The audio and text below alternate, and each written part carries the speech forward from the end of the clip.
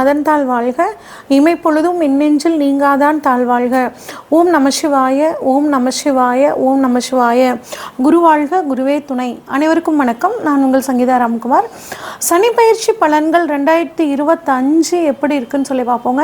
சனி பகவான் நீதியானவர், நீதிக்கு பெயர் போனவர், நேர்மையானவர். எல்லாத்துக்கும் பார்த்திங்கன்னா நம்மளோட கர்ம வினை பயன்களை கொடுக்கக்கூடியவர் சனி பகவானுங்க. இவர் 2.5 வருஷத்துக்கு ஒரு தடவை தன்னோட ஒரு ராசியிலேருந்து இன்னொரு ராசிக்கு பயிற்சி ஆகக்கூடியவருங்க. இவர் மெதுவாக பயிற்சி ஆகக்கூடிய கிரகம். 2.5 வருடத்திற்கு ஒரு முறை பயிற்சி ஆகக்கூடிய ஒரு கிரகம் அப்படின்னு சொன்னேன். இப்போ தற்பொழுது பார்த்திங்கன்னா சனி பயிற்சி 29/3/2025 சனிக்கிழமையில் பயிற்சி ஆகிறாருங்க. எங்கேருந்து எங்கே பயிற்சி ஆகிறாருன்னா, இது வரைக்கும் பூரட்டாதி நட்சத்திரம் 3ஆம் பாதம், அதாவது கும்ப ராசியிலிருந்து பூரட்டாதி நட்சத்திரம் 4ஆம் பாதம் மீன ராசிக்கு பயிற்சி ஆகிறாருங்க. பயிற்சி ஆகி 3/6/2027 வரைக்கும் மீன ராசியில் இருக்கார். மீனராசி இது வரைக்கும் காலபுருஷனுக்கு 11ஆம் இடமான கும்பத்திலிருந்து காலபுருஷனுக்கு 12ஆம் இடமான மீனத்துக்கு பயிற்சி ஆகிறாருங்க. இவர் பார்த்திங்கன்னா இந்த 2.5 வருஷ காலத்தில் 2 முறை வக்ரமாகிறாரு. அதாவது ஜூலை மாதம் 2025 நவம்பர் மாதம் 2025 வரைக்கும் ஒரு முறை வக்ரமாகி வக்ர நிவர்த்தி ஆகிறார். அடுத்து ஜூலை மாதம் 2026 டிசம்பர் மாதம் 2026 வரைக்கும் வக்ரமாகி வக்ர நிவர்த்தி ஆகிறார். இதுதான் இந்த 2.5 வருட காலங்கள் சனி பகவானோட நிலைமைங்க. இந்த 2025 சனி பகவானோட பயிற்சி மட்டும் கிடையாதுங்க. குரு பயிற்சி இருக்குது, ராகு கேது பயிற்சி, 3 முக்கிய பயிற்சிகள் இந்த வருடம் இருக்குது. இந்த 3லையும் மிக முக்கியமானது அப்படிங்கும்போது சனி பயிற்சிங்க. ஏன் அப்படின்னா சனி பயிற்சி தான் நமக்குள்ள ஒரு அதிகமான தாக்கத்தை ஏற்படுத்தும்.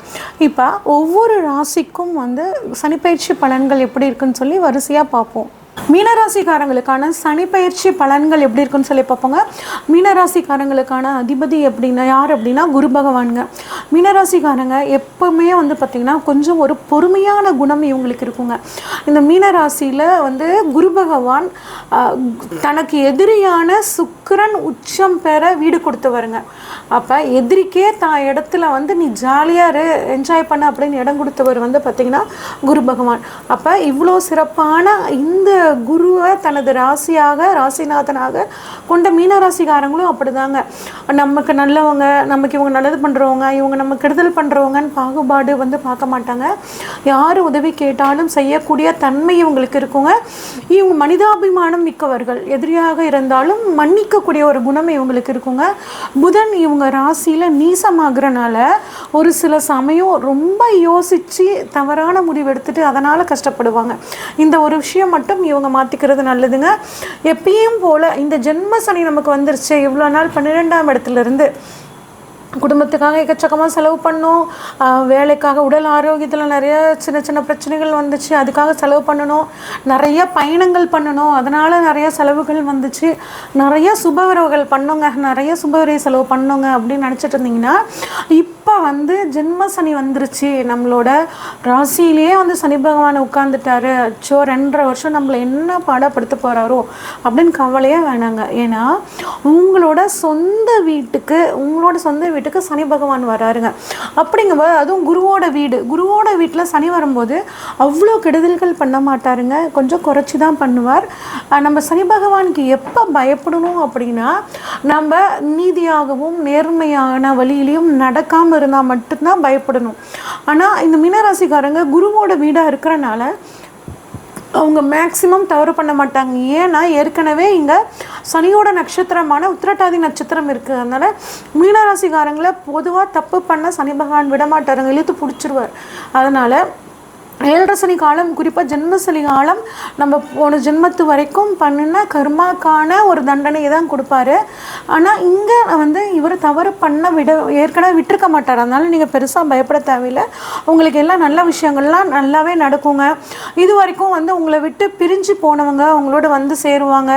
ரொம்ப உங்களுக்கு டயர்டாக இருந்திருக்கும், எந்த ஒரு வேலையும் அப்பப்போ செஞ்சு முடிக்க முடியாமல் இருந்திருக்கும். இதெல்லாம் கொஞ்சம் நீங்கள் மாற்றிக்கணுங்க. கரெக்டாக டைமுக்கு சாப்பிடணும், நல்லா கரெக்டாக தூங்கி எந்திரிக்கணும், கொஞ்சம் நல்லா எக்ஸசைஸ் பண்ணிக்கணும், அன்னன்னைக்கு வேலையை அன்னன்னைக்கு செய்யணும். இதெல்லாம் செய்யறதுல ஒரு இடைஞ்சல் வரதா செய்யுங்க.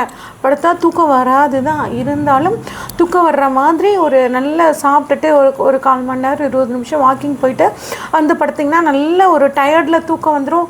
அப்புறம் நல்லா தூங்கிட்டிங்கன்னா காலையில் நேரமாக எழுந்திரிக்கலாம், ஒரு எக்ஸசைஸ் பண்ணலாம், அன்றைக்கான வேலைகளை சூப்பராக செஞ்சிடலாம், நாளைக்குன்னு ஒத்தி போடாமல் பண்ணலாம். இந்த ஒரு விஷயத்தை மட்டும் இந்த மீனராசிக்காரங்க மைண்டில் வச்சுக்கிட்டு செயல்படும் போது இந்த 2.5 வருஷ காலத்தை நம்ம ஈஸியாக கடந்துடலாங்க. மீனராசிலேயே சந்திரன், மீனராசியில் அங்கே தான் சந்திரன் இருக்கிற இடம், ப்ளஸ் சனி வரனால புணர்ப்பு தோஷமும் இங்கே வேலை செய்யுங்க. அப்போ கணவன் மனைவி குடும்பம் இந்த விஷயத்தில் கொஞ்சம் நீங்கள் கவனமாக இருக்கணுங்க. லைஃப் பார்ட்னர்கிட்ட கொஞ்சம் விட்டு கொடுத்து போங்க. அவங்க என்ன சொன்னாலும் நீங்கள் வந்து அவங்க சொல்கிற விஷயங்கள் கரெக்டு தானே அப்படின்னு சிந்திச்சு கரெக்டாக இருக்க பட்சத்தில் அந்த விஷயத்த நீங்கள் வந்து செயல்படுத்துறது ரொம்பவே நல்லதுங்க. அதே மாதிரி இப்போ தான் எங்களுக்கு புதுசாக வந்து கல்யாணம் ஆக போகுதுங்க, ஒரு என்கேஜ்மெண்ட் எங்களுக்கு முடிஞ்சிருச்சு அப்படின்னா உங்களோட அந்த பார்ட்னரோட ஃபினான்ஸோட பொழுதுனிக்கும் வந்துட்டு ஃபோன் பேசிகிட்டே இருக்காதீங்க. அப்புறம் எதையாவது ஒன்று பேச போக ஏதாவது ஒரு பிரச்சனை வரதுக்கான வாய்ப்புகள் இருக்குது. தயவு செஞ்சு பேச்சில் கொஞ்சம் கவனமாகவும் நிதானமாகவும் இருக்கிறது நல்லதுங்க. சனி உங்கள் ராசியிலே சஞ்சரிக்கிறனால ஒரு ப்ளஸ் என்ன அப்படின்னாங்க, உங்களோட திறமை இப்போ தான் உங்களுக்கு வெளியே வரும். நம்மக்கிட்ட இந்த திறமை இருக்குது, இந்த திறமையை நம்ம வந்து வெளிக்காட்டும் போது நம்மளுக்கு வந்து எல்லா விதமான நன்மைகள் நடக்கும்னு உங்களுக்குள்ளே இருக்க திறமையை வந்து நீங்கள் வெளியே கொண்டு வருவீங்க. அதுக்கான ஒரு சூழல் உங்களுக்கு வந்து ஒரு சூழ்நிலை அமையும், கட்டாயம் அதை பயன்படுத்திக்கோங்க. 1, 7, 10 தொடர்பு இருக்குங்க. 1, 7, 10 தொடர்பு இருந்ததுன்னா அடுத்தவங்க ஒருத்தர் வந்து உங்கள் தொழிலில் முன்னேறத்துக்கான ஒரு வழிமுறைகளை உங்களுக்கு சொல்லி கொடுப்பாங்க.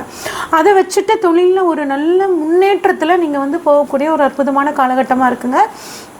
அடுத்து சனி பகவான் உங்களோட ராசியிலேருந்து 3ஆம் இடமான கம்யூனிகேஷன் ஸ்தானம், முயற்சி ஸ்தானத்தை பார்க்குறாருங்க. அப்போ முயற்சியை 1 மடங்குக்கு பதிலாக நீங்கள் 3 மடங்கு முயற்சியை கொடுத்தீங்கன்னா கட்டாயம் இந்த ஜென்ம சனி காலத்துலேயும் உங்களால் ஜெயிக்க முடியும். நிறைய தடங்கல்கள் வருங்க, தடங்கள் வராமலாம் இருக்காது. ஆனால் அந்த தடங்களையும் சோதனைகளையும் வந்து சாதனைகளாக மாற்றிக்கக்கூடியது உங்கள் கையில் தாங்க இருக்குது. அதே ஒரு சிலருக்கு பாருங்கள், இஎன்டி ப்ராப்ளம், காது மூக்கு தொண்டை சம்மந்தப்பட்ட பிரச்சனைகள் வரும். அதை வந்து நீங்கள் ட்ரீட்மெண்ட் மூலிமா ஈஸியாக சரி பண்ணிக்கலாம், பெருசாக ஒன்றும் தொந்தரவு வராது. நிறைய குறுகிய பயணங்கள் போவீங்க, உத்தியோக ரீதியாக பிஸ்னஸ் ரீதியாக நிறைய குறுகிய பயணங்கள் போவீங்க. அலைச்சல்களாக இருந்தாலும் அந்த பயணங்கள் உங்களுக்கு நன்மை தாங்க கொடுக்கும். எழுத்துத்துறையில், இசைத்துறையில், நாடகத்துறையில், கலைத்துறையில் இருக்கிறவங்களுக்கு, மீடியாவில் இருக்கிறவங்களுக்கெல்லாம் ஒரு நல்ல வாய்ப்புகள் கிடைக்கும், பயன்படுத்திக்கோங்க. நிறைய ஆனால் ஒரு தடவைக்கு ஒரே வேலையை திரும்ப திரும்ப செய்கிற மாதிரி ஒரு சூழ்நிலை வந்தாலும் அது உங்களுக்கு வெற்றியாக தான் வந்து மாற்றி கொடுக்குங்க. ஏன்னா முயற்சி ஸ்தானத்தை சனி பார்க்குறார். முயற்சிகளை தடையை கொடுத்தாலும் அதில் நீங்கள் எந்த அளவு எஃபர்ட் போடுறீங்களோ அந்தளவுக்கு ஒரு பலனை கொடுக்கக்கூடிய ஒரு அற்புதமான அமைப்பை சனி பகவான் உங்களுக்கு கொடுப்பாருங்க. அடுத்து சனி பகவான் உங்கள் ராசியிலிருந்து 7ஆம் இடத்தை பார்க்குறாருங்க. 7ஆம் இடம் அப்படிங்கிறது வாழ்க்கை துணைக்கான ஸ்தானம், சமுதாய ஸ்தானம்னு சொல்லுவோம். சமுதாயத்தில் பேர் புகழ் அங்கீகாரம் எல்லாம் நல்லபடியாக நடக்குங்க. ஆனால் வாழ்க்கை துணைக்கிட்டையும் பிஸ்னஸ் பார்ட்னர்கிட்டையும் கொஞ்சம் விட்டு கொடுத்து போகிறது நல்லது. அவங்களோட ஹெல்த்தில் கொஞ்சம் கவனமாக இருக்கிறது ரொம்ப நல்லதுங்க. சமுதாயத்தில் வந்து பேர் புகழ் கிடைக்குங்க, ஆனால் அந்த பேரையும் புகழையும் கெடுக்கிறதுக்கு சில பேர் காத்துட்ருப்பாங்க. இந்த ஒரு விஷயத்தில் கவனமாக இருங்க. யார்கிட்ட எப்படி பழகணும்னு தெரிஞ்சுட்டு நீங்கள் பழகிறது நல்லதுங்க. அடுத்து வந்து பார்த்திங்கன்னா 10ஆம் இடத்தை வந்து சனி பகவான் பார்க்குறாருங்க, 10ஆம் பார்வையா. அதே சமயம் குருவும் உங்களுக்கு வந்து 10ஆம் இடமான தொழில் ஸ்தானத்தை பார்க்குறாரு. அப்போ சனியும் குருவும் சேர்ந்து தொழில் ஸ்தானத்தை பார்க்குறனால தொழிலில் கட்டாயம் ஒரு நல்ல முன்னேற்றம் இருக்குங்க, அதில் எந்த மாற்றமும் இல்லை. ஒரு சிலர் வந்து பார்த்திங்கன்னா 2வது தொழில் பண்ணக்கூடிய ஒரு அமைப்புங்க. ஏற்கனவே பண்ணிட்டு இருக்க தொழிலை வந்து விரிவாக்கம் பண்ணலாம் அப்படின்னா உங்களோட சுய ஜாதகத்தையும் ஒரு தடவை வந்து பரிசீலனை பண்ணி பார்த்துக்கிறது ரொம்பவே நல்லதுங்க. அது மட்டும் இல்லாமல் ஒரு சிலருக்கு கால் வலி, முழங்கால் சம்மந்தப்பட்டு வலி வர்றதுக்கான வாய்ப்புகள் இருக்குது. கொஞ்சம் கவனமாக பார்த்துக்கோங்க. முக்கியமாக உடல் ஆரோக்கியத்தில் இந்த மீனராசிக்காரங்க கவனமாக இருக்கிறது ரொம்பவே சிறப்பு. ராசியிலேயே சனி பகவான் வந்து இருக்கிறனால ஒரு சிலருக்கு தலைவலி, கொஞ்சம் டென்ஷன் வர்றதுக்கான வாய்ப்புகள் இருக்குங்க. யோகா, மெடிடேஷன், கொஞ்சம் நேரம் தியானம் பண்ணுறது, மனசு அமைதியாக ரிலாக்ஸாக வச்சுக்கிறது, கொஞ்சம் நேரம் எதுவுமே பண்ணாமல் அமைதியாக இருக்கிறது, அமைதி மனசை எந்த அளவு அமைதியாக வச்சுக்கிறீங்களோ உடலை எந்த அளவுக்கு ஆக்டிவாக வச்சுக்கிறீங்களோ அந்தளவுக்கு இந்த சனி பயிற்சி உங்களுக்கு ரொம்பவே சாதகமாக இருக்குங்க. இன்னும் சனி பயிற்சியை சாதகமாக மாற்றிக்கணும் அப்படின்னா விளையாட்டுத்துறையில் இருக்கக்கூடியவங்க மாணவர்களுக்கு உங்களால் முடிஞ்ச உதவியை பண்ணுங்கள். ராமேஸ்வரமும் திருச்செந்தூர் முருகன் வழிபாடும் உங்களுக்கு ஒரு மிகச்சிறந்த யோகத்தை கொடுக்கும்.